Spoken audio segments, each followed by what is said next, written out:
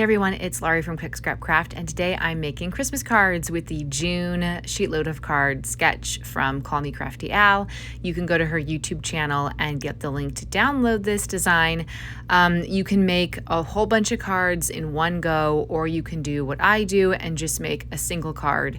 And this works really well if you're working with smaller scraps of paper or smaller sizes of like a paper pad. I've been working with a 6x6 Pink Fresh Studio Christmas themed paper pad, but I think the actual dimensions, if you're doing the full sheet load, is to start with like 8.5 by 11 or 12 by 12 papers in cardstock, and you cut those down to size.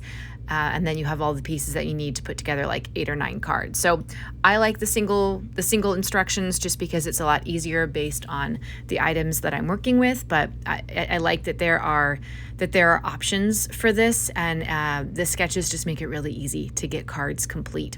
So like I said, I'm using a Pink Fresh Studio Christmas themed paper pad. And I'm also using some cardstock from my stash. For this one, you can see I'm trying to make a lot of decisions here, trying to figure out, what do I want? What colors do I want? What patterns do I want? I'm kind of working with a lot of scrap paper. I don't think I have many full-sized pattern papers in this collection left. So I'm kind of just working with what I have, and I have taken some cool striped paper. It has a little bit of pink in it, which is something I like about this collection because pink isn't necessarily a traditional Christmas color. But I've taken some of that stripy paper with a little bit of pink, and those are going to be my 3 column elements that are going on the front. Definitely make sure you pay attention to some of the instructions for these sheet loads, because there's usually something that's like there's special instructions. So if you're just looking at the sketch and you're saying, okay, this gets cut into this size and this gets cut into this size, but you're not paying attention to the special instructions, you're going to get a little confused. So definitely read through everything before you get started, and then you can figure it out. But there are tips. So for like this one, you see something that looks like it looks like a frame that goes around those 3 little strips that I cut with the pink color in it, but it's actually those go on top of a single sheet of solid cardstock. So it looks like you're making a frame, but you're really just putting those columns on top of the solid piece. And then there's also an instruction that says to cut as a single 3x3 piece and then trim into 1-inch sections. So that's how I got those 3 columns. So you're not having to cut or you're not having to do too much measuring. You just cut a single piece, and then from there you slice it into 3s. So again, just follow the special instructions. There are some alternative ways that you can use the sketch. Obviously, you could rotate or flip it. Lots of really cool different things that you could add based on the supplies that you have or the techniques and tools that you like to use. So what I'm doing here is trying to figure out the right background color. And I don't have very many good greens in my cardstock stash.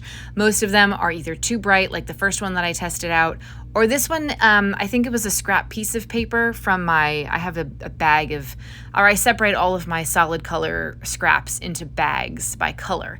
So I just went to my green bag and I saw this. It's a little bit darker, so I feel like it goes a little bit better with the colors that are in this paper collection. But yeah, I really do need to find some more colored cardstock that isn't super bright, like not get a brights one, but get something a little bit different, if that makes sense. Like a dark or I don't know. I know they make them. You can get all sorts of different cardstock packs at Michael's. So here is something very interesting. I wanted to pull something that was like that sort of meshed with the gold in this paper collection. And I did not have, I had bright yellow, but I didn't have gold. So I found this in my yellow bag of scrap cardstock, and I'm like, it actually is kind of a good fit with the gold colors that you see in the pattern paper. It's a pattern, but I'm going to use it as, like a solid. It's going to be kind of like a neutral, and all of my stuff is going to go on top of it. So I've got a pink card base, a light pink card base because there's pink in the pattern paper. I've got this gold piece. I think the pattern was supposed to be like a clock or something. I have no idea. I have a feeling this was something that was from my mom's scrapbook stash. and I just kind of hung on to it because it was a pretty decent sized chunk of paper and I didn't want to throw it away. And then I'm layering up a white piece of cardstock, and I'm going to add my columns on top of that, so it's going to look like I've made this cool frame.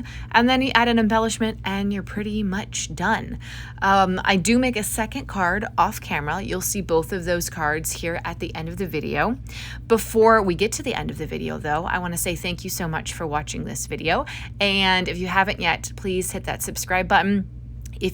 Whether you're a card maker or a scrapbooker, because I've been doing both types of process videos lately as I'm in a goal to make all of my Christmas cards for this year. Maybe next time I'll have an update for you on the number of cards that I've made so far. I haven't actually looked recently, but I'm well on my way, I'm sure. And then also, if you are enjoying this video, give it a thumbs up and leave a comment down below and let me know how many Christmas cards you have made so far this year. And if you haven't made any, no worries. If you're the type of person who doesn't make Christmas cards, that's no big deal. I'm usually not the type of person who makes Christmas cards, although I always enjoy a handmade card. But I just decided that this year, maybe, hopefully, fingers crossed, to save money, I would make my own cards. And here's one example of a card. And you can see a little bit close up, I popped up that embellishment on some foam dots. And then here's part of the second card, and then you're gonna get both of them together. So you can see how I did kind of different things using different pattern papers and colors. Really fun to use these sketches, and I hope you guys come back next week for more scrapbook process videos. Bye!